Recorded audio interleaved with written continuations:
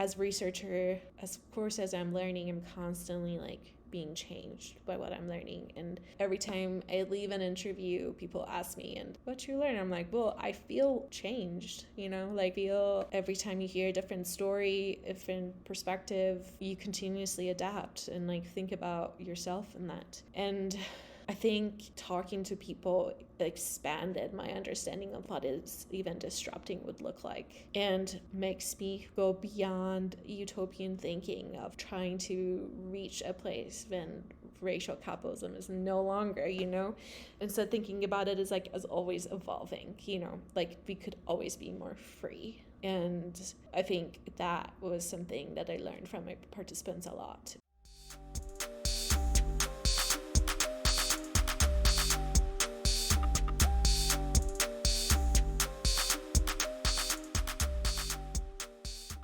Hey, beautiful people. This is Winona in post. I just wanted to include, before we get started, a brief note of transparency. It's been a minute since we published. Last fall, we recorded this episode with Yasi, my dear friend and colleague, and their insights are as valuable as ever. We're very excited to share them with you. Been a minute, as last fall, Wynn and Michelle both defended their dissertations successfully and became doctors. You can hear Fiddle commenting on this in the background as well. And I defended my dissertation proposal to become a PhD candidate, and so we were all a little bit burned out, and over the course of the winter had our attention on a lot of other things. We do this work in a DIY manner that's true to our collaborative and not alienated values, and we appreciate your patience and ongoing interest in the show. So without further ado, let's get into it.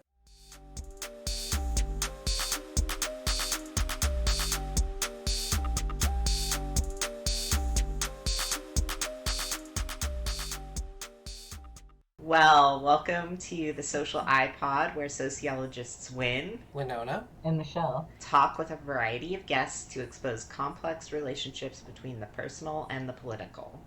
Using sociology to explore big ideas, and exploring the taken for granted in everyday life, breaking down the complexity of institutionalized issues and inequality through lived experiences. Yasi Shaker, they, them, is a QT BIPOC symbiont, artist, farmer, and sociologist from Tehran, Iran, currently living in diaspora on unceded Shoshone, Paiute, Goshute, and Ute tribes' homeland in so-called Salt Lake City. They are a member of the Mobile Moon Co-op core team, creator of the Garden Comrades, a queer community garden oracle deck, and PhD candidate at the University of Utah. They see the world as a series of interconnected webs, and the current catastrophe is wrought by failing systems rooted in broken connections with ourselves, each other, ancestors, land, and other living and non-living beings. Yasi is a pleasure activist, emergent strategist, and diasporic immigrant who loves and cares as a liberatory act through relationship anarchy. Their passion lies in the restoration and reconnection of sacred bonds, and in healing injustices in our social and ecological communities through storytelling, art, embodiment, and restorative justice. A lot of really beautiful threads there, all of which I am sure that I would love to pull on, that our listeners would like us to pull on. So I think I'm going to start us with a question that hopes to maybe do a little bit of weaving. What led you to do the work that you do, however you want to read that, both within and outside the academy? And how are these realms related for you, and how are they distinct? Thanks, Winona. Thanks for the introduction and having me here. I'm excited to be here. I mean, I think all my identities like inform everything about my writing practice and underlie every element of like my experience in this world. So I quickly came to realize in undergrad that like in classes in which we're talking about, gender and sexuality, we're talking about race and racism, like I was like, oh, this is all not just theory, this is my real life. And in my daily life, I'm impacted by these systems of oppression that we're studying. So it was interesting to be like among folks that like looking at this work from the outside and then feeling like I'm living it. So then I realized that my studies is not just this like theoretical thing. It's like it impacts my daily life. And I think as a person who I am, like queer, non-binary, person of color, immigrant, non-monogamous, Muslim, and middle class, and I think all of that inspires like the questions I sit with and it was interesting, like my first year in grad school, I was told that I'm being too biased and that like our roles as scientists is to be unbiased. And I took a lot of trouble with that because I think everything is biased. And I much rather be honest about my positionality and how I see the world versus like just pretending that I am unbiased and then being like, and you should take what I'm taking writing with as it is because I'm a social scientist. You know, that did not feel good to me. So then I think for me, it became obvious that this work is both in the school and academic world and in the realm of organizing work. And I think for me, it was being strategic. Strategy is like what I think about a lot. Okay, how do I leverage my position as academic and how I show up and making sure that I bring resources to the communities. And I also very much at the beginning of grad school and also college, I was like, okay, I need to be part of an organization and collectivities in which we are doing work that is rooted in the community, and I'm not just like in a bubble of school. Now I feel like I'm a little bit like completely out of the bubble of school. I talk about that with Winona sometimes. So I'm like, I need to come to departmental things. No, just kidding. I'm supposed to say you should be there with me all the time, and then we'll both have more fun with it. For real. Yeah, I think more and more I'm trying to connect the research to my life and be like, I'm putting a lot of hours doing this and I want it to be connected to my daily life, which sometimes come with a lot of hardship, and like you're thinking about analyzing everything, every interaction, every moment, and you can't really turn off your brain. But also I noticed that like when I was doing a lot of quantitative work, I wasn't feeling my sense of purpose was less. And you know, I think there is a powerful thing about numbers and people like to see numbers, and I do think quantitative work is also important, but I don't think by itself tells a whole story. And I saw myself as a person who needs to tell a story beyond the numbers. So I've been making my research to be more interconnected with my life and like questions I have, being a human, living with these identities in everyday life. That is so awesome. I relate a lot to what things you say as far as like not being able to turn your brain off as a sociologist, like analyzing everything. That also makes a lot of sense why this idea of racial capitalism is part of your research, because right, going back to like Marx talking about how our political economy affects our social relations and whatnot. In your dissertation work, you are exploring racial capitalism. Why do you think that that's important to study, particularly in this moment in time? And then can you elaborate on your research methods that you're using in your dissertation and why? Yeah, totally. The reason I decided to focus on racial capitalism was I was in a race class, and I was like, we talked about racial capitalism, and I was like, okay, yeah, that makes sense to me. Oh, this feels right. Like I notice in my body is true that all capitalism is racial because I see it in my everyday life and in my experiences. So it just like made a lot of sense to me as a current framework to see the world. And I think a lot of the people and community members who I work with also have this like awareness of how race is in the same pot as capitalism. Racism is the same pot of capitalism, and there isn't necessarily a way you could dismantle either without working to do both. And like seeing the anti-racism and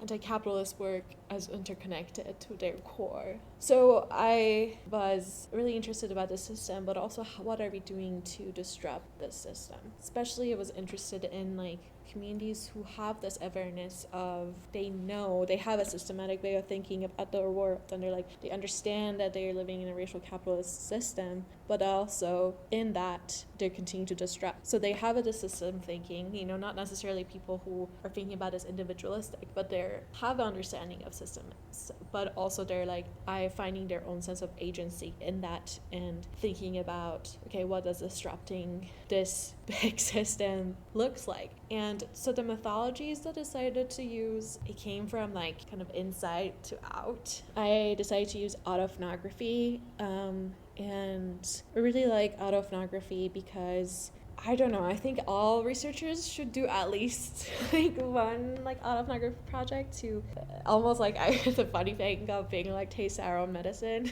Like, what does it feel like to like put yourself under the lens of study and think about your experiences? And it's been definitely interesting. And then I also decided to wanted to like talk to people, do qualitative research, and do interviews with people. And I also incorporated art workshops, which was really exciting. And I felt like, for example, in the art workshop, felt like what has helped me navigate these systems has been community art.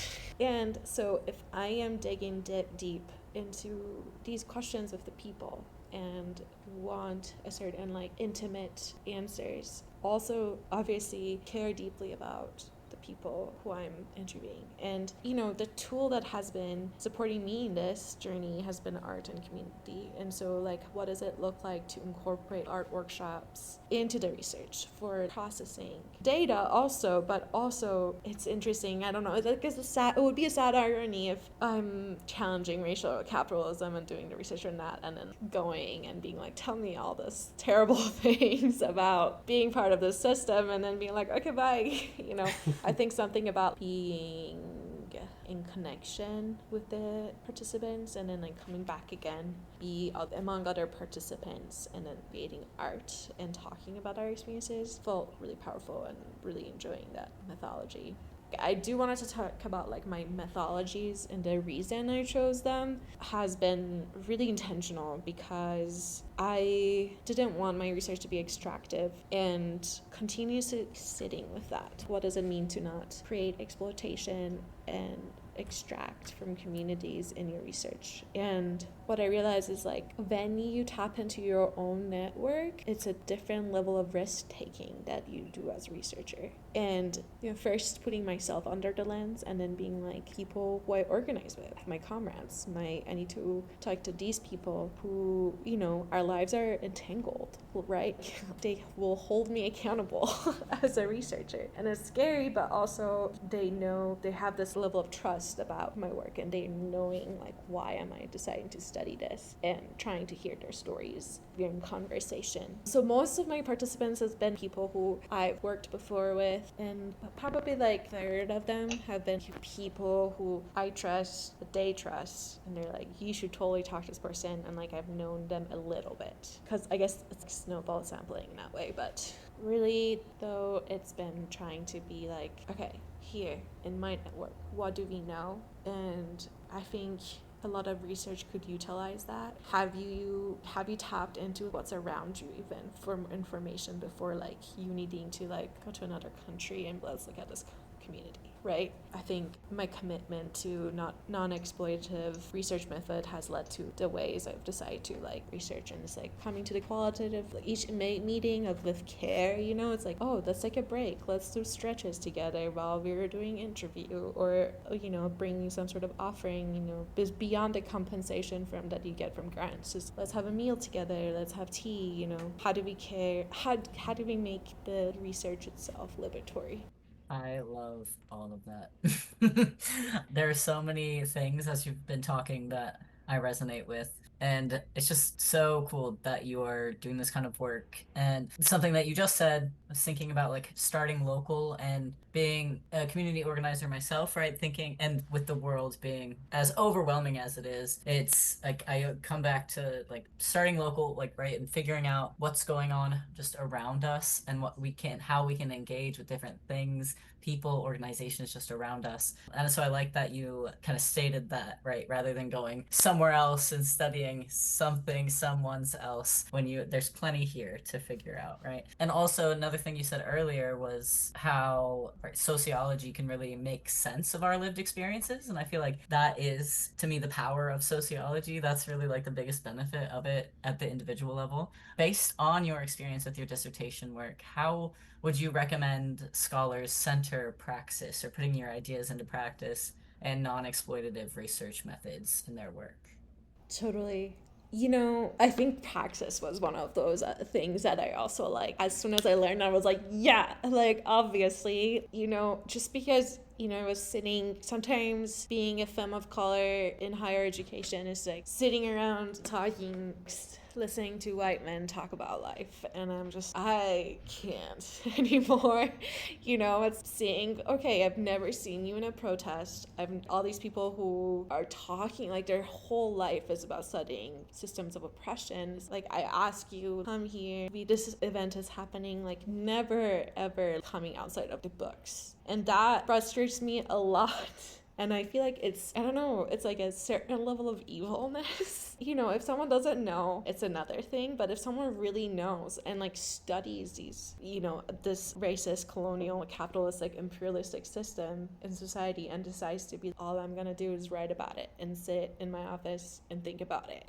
I don't know, I feel like as researchers, we have a sense of responsibility to not make sure like these informations not get stuck in the ivory tower, I don't know, sometimes I feel like academic spaces can become this like publishing machine of, okay, let's another paper. And it's interesting being an environmental justice scholar. Sometimes I feel like a lot of the research is cool, but then I'm like, okay, can we all decide that like racism is real and it's impacting and it's creating environmental injustices for people, instead of being like, okay, let's look at yet another community with this specific thing and like water, and this is, I don't know, I think there is benefit in that, but sometimes I'm like, read these things and I'm like, literally people living there have been telling you that they've been sick. They've been feeling sick because of the smog. We don't need to bring scientists to be like, oh, is this smog hurting people?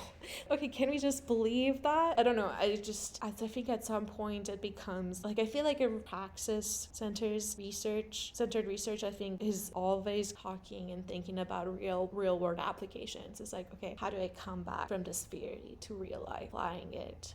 Or like, if I don't have capacity to apply it, finding organizations and, hey, this is research. Not that like, hey, this is a research just locked in this publication journals that you can't even open it. Here, I did this research, here's the paper. If it's helpful, I'm happy to talk to you about it. And what you end up happening is people engage with that and it comes back to reflection, right? And then come back to theory. And yeah, I think it also connects back to the extractive question of, you not only certain research really frees means like, not only like you're going somewhere to get research, answer your question, entering this community who's trusted you with the information, and then like have spent hours away from their actual work talking to you, and then you end up writing about this, and then ends up getting stuck in these journals that only academics have access to. It becomes really frustrating, and I think it hurts the movement. I think I totally understand why a lot of communities have lack of trust of intellectuals and like academics and scholars. I would be too. As you were talking, I was thinking like, spot on. C. Wright Mills talks about the responsibility of social scientists, right? Once you become aware, you got to do something with that awareness, right? We learned that about the sociological imagination. And then, yeah, the paper mill that is, well, even before you get your PhD, you're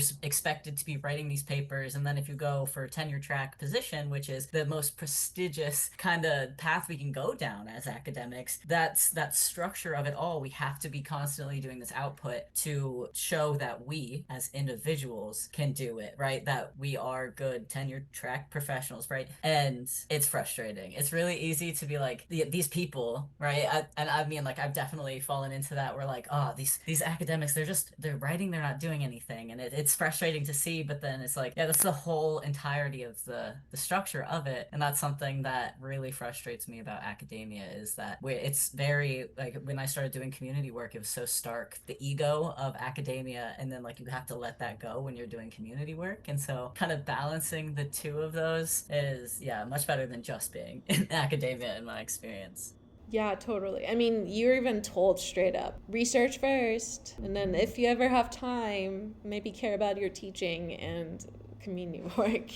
Yeah. But our professors who are teaching us are saying that. And like, it's like, okay, yeah, if you are trying to, make it in this tenure academic world, you are not at all, pushed to do community work and do a good job as a teacher. I feel like it's such a common experience too with my students and then myself back in the day, learning about sociological things, concepts, and then having those moments of, yeah, this makes sense. Like, why don't we just all generally know these different things. And that's because of, right, again, the structure and the writings that are happening by most sociologists, because of how they're incentivized, are in these journals that you can't even access, or you're right behind a paywall. And so that knowledge is just floating around, not touching the real world a lot of times. Yeah.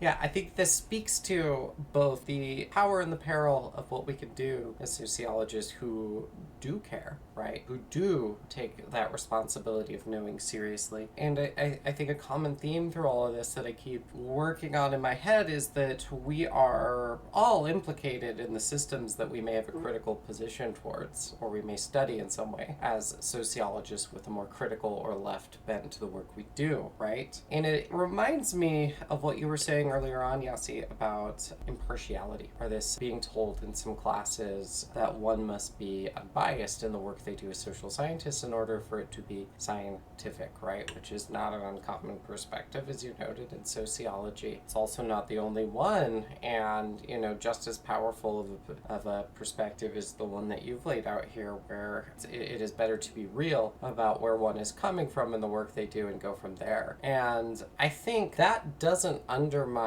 let's say, how objective the work we're doing is, right? Or how, because like as social scientists, I do think we have an obligation to be realists about the social world and trying to grasp it for what it is outside of our heads, as opposed to, say, work that happens in the humanities, which is all very valuable, but is more concerned with the realm of ideas rather than the realm of the material. And I think that, given everything we've said already, given knowledge of these systems, given the responsibility that comes with it, recognizing one's own, let's say, biases, if we even want to use that framing, can be a strength in doing better work. And I think your work illustrates that well, right? And we wouldn't have these theories of, say, racial capitalism if there weren't folks out there doing just that, which, as you know, objective structural aspects to the societies we live in. And you raise quite well the question of what the work we do as these scholars is actually for. And in your dissertation, right, you're situating your work within a tradition of oppressed individuals and groups resisting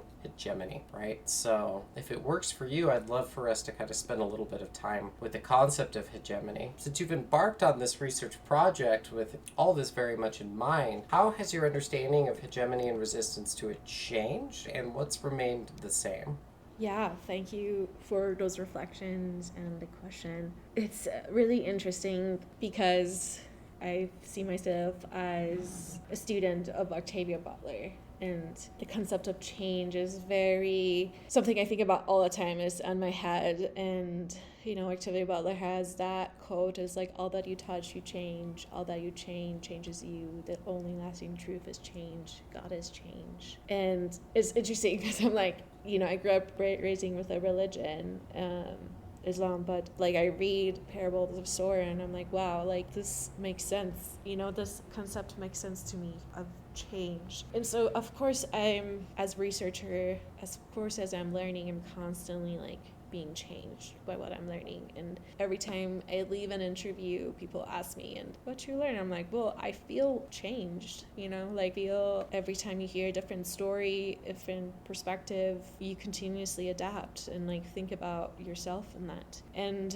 I think talking to people expanded my understanding of what is even disrupting would look like, and makes me go beyond utopian thinking of trying to reach a place when racial capitalism is no longer, instead thinking about it as always evolving, like we could always be more free. And I think that was something that I learned from my participants a lot. People are continuously expanding the ideas of collective liberation. So it's interesting to research things. It was interesting. There was a moment in which a participant was like, racial capitalism just sounds redundant to me. Yeah. We're both the same. So why is that even a thing? And it's true. If we truly understand racial capitalism, then just saying racism and capitalism should be enough, and if we're putting it together, it's redundant. But the whole point that she was bringing up was that I think I kept wanting to be bring up racial capitalism as a system, and then people wanting it to go beyond it. How do we see this disrupt this whole system? pushing boundaries of certain theories. I needed to end up expanding my research questions. The way I'm gonna write is, even though I started like the research, I want to see people who are disrupting racial capitalism, like, ended up being a lot of the conversations about collective liberation, talking about moments in which people experience liberation. Can we see it as there has been, even in these very oppressive systems, people are already having certain living utopias? And I saw that in my own life. It's like, oh, the way I'm living in certain spaces, I do feel like, this is a moment of liberation. I think I still very much so relate and understand the systems of racial capitalism as something really interesting to study. Also, throughout this process, I've been learning that it's less about the words and it's about the experiences. And it's not that my participants didn't know what racial capitalism is, because it was one of my prerequisites. It's like, you see the current world as a racial capitalist, and like there is a definition of what that means. But I think a lot of people were interested in talking about beyond that and pushing beyond the challenges and being like, oh, I am already doing it. And I'm already resisting it, I'm disrupting it, here's the story. I think about this a lot as scholars. You read like Du Bois or you read Audley Roard and you're like, what, I even have something new to say? A lot of scholars have already talked about these things, I don't know, in some ways I'm like, sure, I have some things new to say, but I think there's so much already out there. There are so many like Black feminist radical authors and writers who really articulately have write about this current system and talked about the ways in which we contribute to it and the way we disrupt it. But then I continuously come back to is like, we need to keep saying it and re-saying it and uplifting these words, and hopefully through that we are building systems and like some different stories and not being stuck in this current hegemony. So I think it's always evolving at this moment. I think I have a certain ideas of what resistance look like, and it will always be expanding. I think what remains the same for me is seeing the resiliency of people. And there is the common phrase of like, another world is possible, and certain people in certain moments are living it and they have knowledge and things to say about it. It's like, no, you don't have to do this, you don't have to engage in capitalism in this way. And the more stories of flourishing and thriving we tell about like ways being anti-hegemony can be like hot and pleasurable and fun, and it's not just like sad. I think the more people are like, yeah, I do want something different, and yeah, tell me about these moments that you are living, and how can I have those moments too. The fact that you are encountering people who already do have this experience and this knowledge speaks once again to the subjective character of these systems, but also the fact that resistance is always occurring as well. Also speaks to something valuable that this work can be for, right? Which is to further clarify and illuminate and bring these things out and uplift these voices, as you know. So, very important work. Thank you. I feel very similarly. I struggle to feel confident in that my research is saying anything very new. But as you are talking, I can see in hearing how you talk about your work is also helpful for me thinking about my own work, so thank you.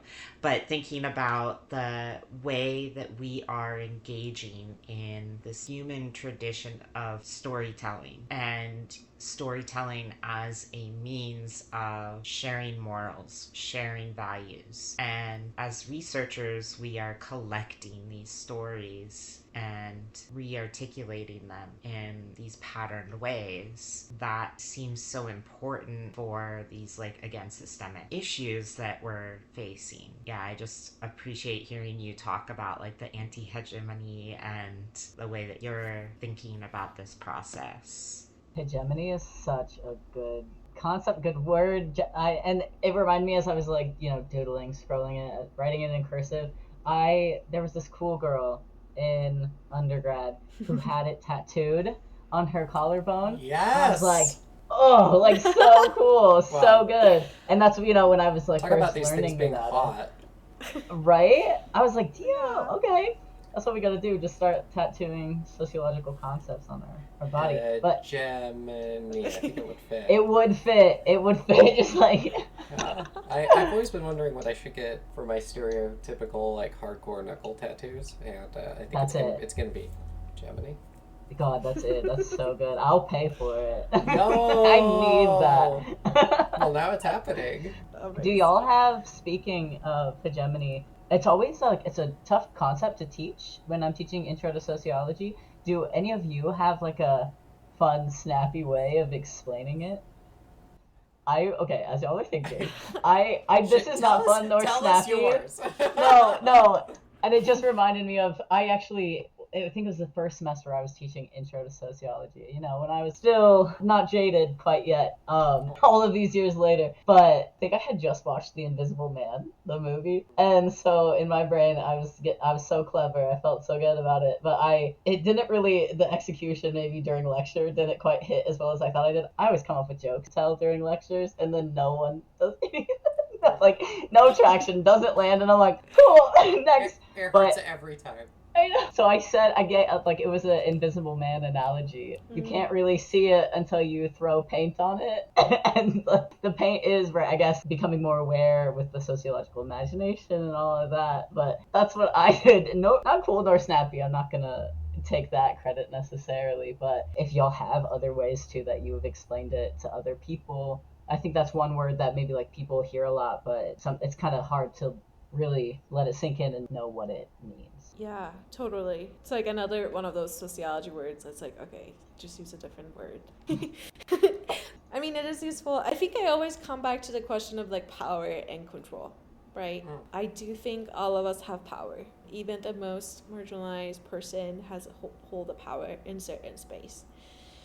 And I think what is something that is interesting about hegemony is that the powerful becomes the default, thinking about the white supremacy. When I think about a certain dominance over other groups of people, using certain aspects of identity to then taking people's powers away or adding to your own power. Yeah, I think that's how I think about it too. Power is a game of power and control. And that's why it's really hard to sometimes be anti that, because being very hard for people to give up their power. A lot of the work that needs to happen at this moment is people needing to give up their power. People need to redistribute their resources, and it has become so much part of our culture that we do celebrate dominance. Do you have an example of a way that people could give up their power and control? Because as you're saying it, I'm like, yeah, that's what we gotta do, right? But anyone just listening to this, what's an example that maybe just any person, any four of us, what's an example that you've seen maybe through your work of someone giving up some of their power and redistributing resources? That's a great question, and maybe adding to that with so what's an example of resistance to hegemony or being counter-hegemonic as well? So 2 examples. I think about redistribution of wealth. They're having open conversations around money, and even in friend groups, right? It's sometimes it's this invisible thing no one wants to talk about. We're not even there at questioning it, because if you open it up, there's going to be a whole can of worms, because people need to figure out there's a lot of internal work that needs to be done in order for the people who are receiving to receive without shame and thinking that they're somehow less. The people who are giving also need to do a lot of internal work of, okay, how much am I giving? How much it feels good? Am I building resentment? Where is this resentment coming from? Do I feel like this giving is coming from wanting more control, or am I just giving because I see it as what actually needs to happen, and a common sense of, yeah, of course. There has been examples of in spaces people being giving and then being unintentionally controlling over their comrades. Why did you buy that? Why did you do that? It's you're just, I don't know, ask for mutual aid support, and now I'm seeing you buy this thing that is not necessary, whatever. Anyway, these are very detailed things that has happened, but just thinking about, we need to be able to sit with all of that and be transparent about that. And I think having a power doesn't necessarily make you bad or good. You know, it's like how you utilize that power. I'm really aware of, even in myself, like as a person who's marginalized, seeing my power like in liberatory spaces. Oh, there is a unseen level of power here, because you know everyone is coming from, it's like this person Yasi is marginalized in the outside world, so in this space we're going to center and uplift their work. Okay, I do have this power and we need to name it. So it's like very contextualized. That's like very specific to like the leftist space, but I think in general there is a lot of cool organizations that are doing that work. I think there's like Resource Regeneration that is trying to organize people with intergenerational wealth and to like sit with these questions of like, okay, how do I redistribute that and what would that look like, you know, or like questions around like land back. And there's a lot more questions once you open those doors, but I think we first need to even just like open those, you know. And also being also a student of Bell Hooks and Angela Davis and Audre Lorde is just thinking about personal as political too. You know, it's cliched, but it's like, okay, what does the revolution at home look like? And it is sometimes easier to criticize people outside. Those people who don't know any better, and then being like, looking at your own life, you're like, fuck. I'm contributing to it and I'm not acknowledging it, you know? And so the way I think about this, like right now in my life, it's like, or even, you know, being a relationship anarchist, right? Okay, that's a door to open, but it doesn't mean like once you open it, it's like done. You know, we have so much unlearning to do, you know? There's a whole discourse around all of this. Even if you're a relationship anarchist, doesn't mean all relationships look equal necessarily, you know? How can relationships be their own breathing thing? You know, how can we center desire? How can we center need instead of being like everyone needs to get to something the same? Yeah, I think really to just like listen to desire, and not just yourself but like others, and what is your heart truly desires, and then go for that, and then so that you have capacity to hold other people's desires. Because I think when we don't tend to our own roots and we focus on only giving, it ends up being that like we hold some level of control and resentment. And I think as we continue to talk about, you know, redistribution of wealth and power and all that stuff, and it's also sitting with what is enough. Like for you, what is really enough? You know, and sit within those questions. Because I think the current game is we don't even know what is enough. Like, what's enough? You know? So much consumption, there's always another cute plushie you could get.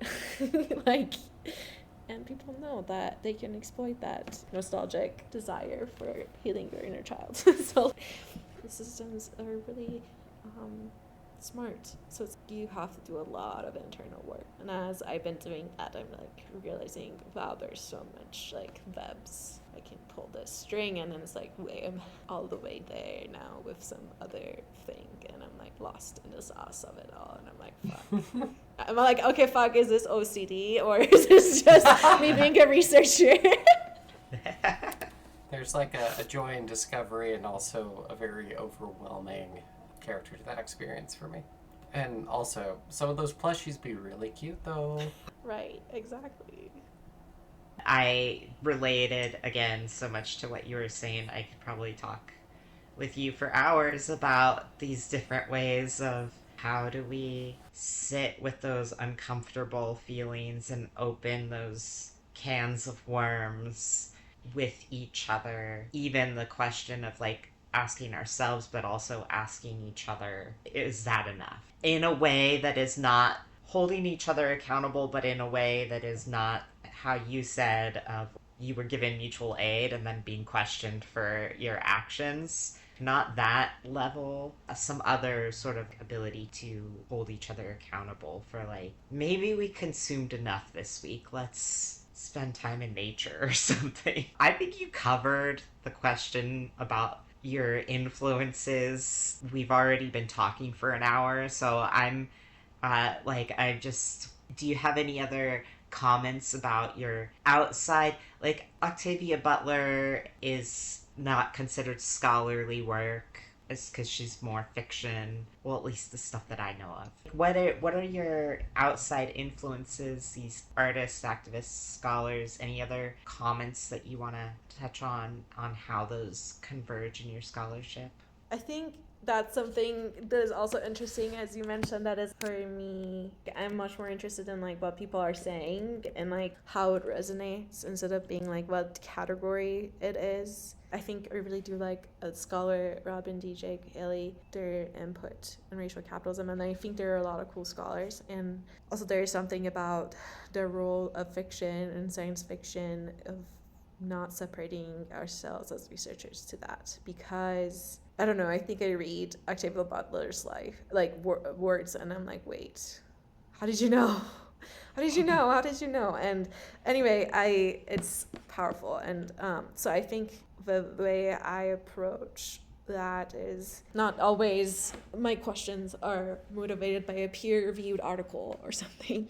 Like some of my favorite scholars are folks who are not necessarily in the academy, like Adrienne Mary Brown. To come back to your question, there are so many artists and activists that influence my work, and I see myself as just this person who's just trying to have conversation with all these folks. And so much gratitude for like not feeling of loneliness in the work and to the hurt and the struggle. You know, I actually been recently thinking a lot about like there is no original thought, and I think I've been really sitting with that. And what does that mean to the world? All the knowledges are come through like conversations and discussions, and I see that in my own life. And it's always interesting, like with citing and attaching a name to a theory and stuff. You know, in a different world, I guess not perfect, in a different world, like ideally, I didn't want to put any time my name onto something. Like, I don't want to claim any words as mine because I'm always in conversation with people. And also, you know, I hear my comrades are like, you better freaking put your name on it, and there's other white guy will take it as their own words. I'm like, yeah. So I am living with that in that reality. But also, I don't know, I think there's something so powerful to think about ourselves as like, we are someone and also like no one, really. All our work is this important. I think I'm coming to this realization more because I'm in conversation with a lot of community members and people different, like, you know, I do farming, and, you know, in farming world, you know, you spend all these time with plants, and because that kind of work is like silent. Your fruits doesn't come with like, buy Yasi Shaker, harvested this or plants. I don't know, I've been sitting with that a lot, being like, yeah, of course. I think we'll write things that maybe would be not original, and it's because I'm always in conversation and because I'm not in the dark basement by myself always. You know, I'm always impacted by my conversations with everyone and how that informs like how and why and what I research. Another powerful example of how, in doing this work, we can make visible what may go unseen. Once again, the sociological imagination. We are social creatures, and here in the United States, we are living in a very individualistic culture that makes that unseen. That is the default setting for most folks across a wide spectrum of identities that I encounter, at least. Doesn't change the fact that in truth we are all very social creatures, always in conversation with each other, whether we know it or not. Totally.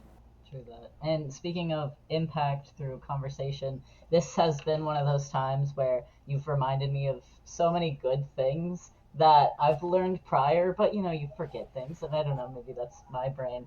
But you know, I wrote things down that you said, like, you know, we could always be more free, and having power doesn't make you good or bad, and it's about how you use it.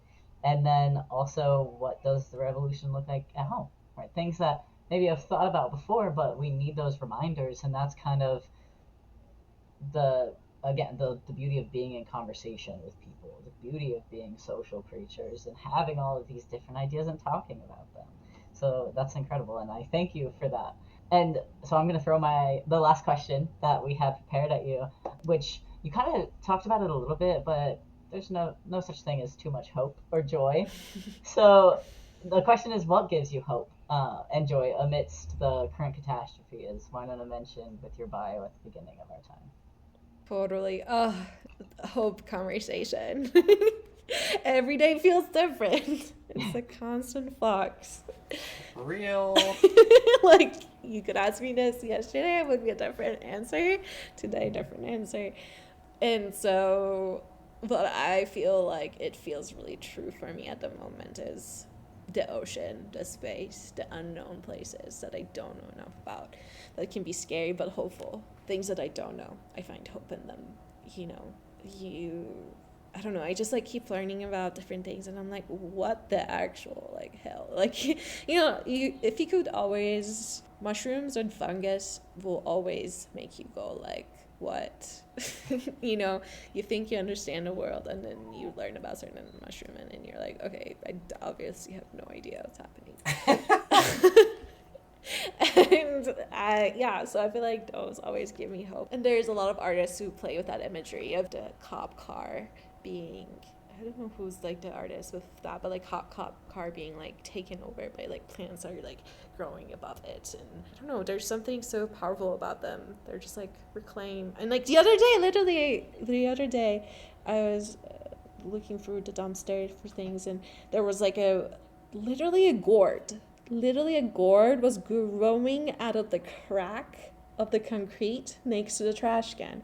A fool ass, bro, when you try to grow like squash, it doesn't do this well. Like, literally. I don't know, I just feel like the stubbornness of life, like I feel like there's just like so much hope in like us being alive, I feel like seeing queer elders, I'm just like, oh, you're alive, you're doing the thing. It's so hopeful. I don't know. It's interesting because that's one of the questions I ask my participants do is what gives you hope, in this work. And it's funny how many people are like, the hope is like coming from spite. I'm gonna show these motherfuckers.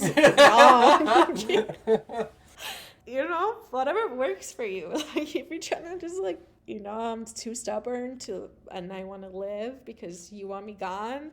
Whatever works for you. Like I see that too. Sometimes that's me. The other day I went to the farm and every day I come to the farm, it's like a harvest season. So I harvested some calendula. The calendulas are just such beautiful flowers, just like sun in a form of flower, really. And every time I come, I like harvest 20 flowers.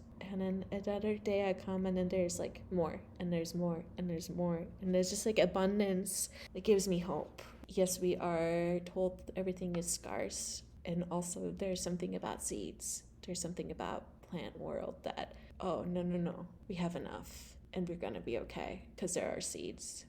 Some might be dormant, but there are seeds. I would like to ask Michelle and Winona and maybe also share what gives us hope. I would love to hear that. I can start. I'm going to say something that is outside of, like, that is just in my daily life, is just generally feeling connected to other people. And that is something that I have learned over time. I was not always able to get over my social anxiety. For example, last night I went to a concert, and this is an artist I've listened to for a long time and whose music was very meaningful to me during my transition, and I went alone and I sat next to this gay couple who had just moved here from Kansas City, and so we're just talking about like life, and the people behind me were showing pictures of their dog. Like one person was showing a picture of his dog to his friends, and I just turned around and asked if I could see it, and then that started this whole conversation. And he lives in my hometown, 600 miles away. When you open yourself up, you can connect with other people. And I didn't go to this show thinking I was gonna like walk away feeling all like, I mean, I knew I'd feel warm and fuzzy, but I don't know, when I open myself up and let myself talk to other people, that gives me a lot of hope. And I know that's not in a activism context, but I think it informs my activism. So that's the places I find some hope. That was beautiful. Yeah. I think something I keep coming back to is I think I've mentioned this to a lot of y'all in passing, but in the past year especially, I think my relationship to hope has changed or been reframed. And I think it is ever more grounded in the possibility and potential for change. And that the world is always changing, and that no matter how the clouds may darken, no matter down about where things are going, I might feel I can see so very little of the world. And in my humility, know that as you spoke to Yasi, and as we've been speaking to, people are resisting all the time, people are fighting back all the time. The seeds of a new world where we are all more free, all more liberated are here already. And as long as humanity is present, there's always a possibility for things to get better for us all because of what we're all doing. Yeah, I love that. Yeah, humanity is like the thing that both gives me hope and then, of course, like, does the opposite. I don't know. I can't think beyond actually Wynn, your answer, because I think that's something that's really big for me too. And then you were even saying how, your social anxiety gets in the way, which I definitely get that too. But, when you are like so fortunate to connect with other people, genuine connection and finding those, that's always so special. But also, I get to add my own little spin on that. I think at first I thought my students definitely give me hope, especially when, things start clicking, and they're like, oh, yeah, that's amazing. And then I get to remember back during my times when that happened to me and things started making sense. But also young kids too give me a lot of hope. I have a 6-year-old right now, but I've always loved kids. They're all, the pre-socialized, if you will. Like they're so counter hegemonic themselves in so many different ways, and their capacity for so many things, for learning, but also for joy and love and expression. I definitely like during the hardest moments, which like yesterday for some reason was a really hard day, and I so fortunate to be a parent, especially to my small one, because she is a ray of fucking sunlight. Like she is, I could be having the worst time, and she just reminds me of again all of the good that humanity can be and is. So that'll be my answer. Beautiful. Thanks for sharing that. Be still my anti-heart. She's wild. Don't get me wrong. She's an absolute menace. We know. Our listeners may not know, but we know. Well, I think that's a beautiful note for us to conclude on. Yasi, where can folks find you and your work to the extent that you want to be found? Yeah, so if you look up Garden Comrades on my website, the link we can place an order there. And then I have some publications on Google Scholar that people are welcome to. I think a couple of them are open, but if you need any of them, I can just send you a PDF. I used to just put a lot of my art in the world, and I feel like now I've just been really bad at capturing pictures of them, and also feeling weird about putting my art in Instagram with everything AI stuff right now. So I would say maybe just Garden Comrades website to order, and then Mobile Moon Co-op is where I also do my other type of organizing and more like queer land projects. Amazing. Links to that will be in the description. Thank you so much, Yasi. Thank you. Thank you so much.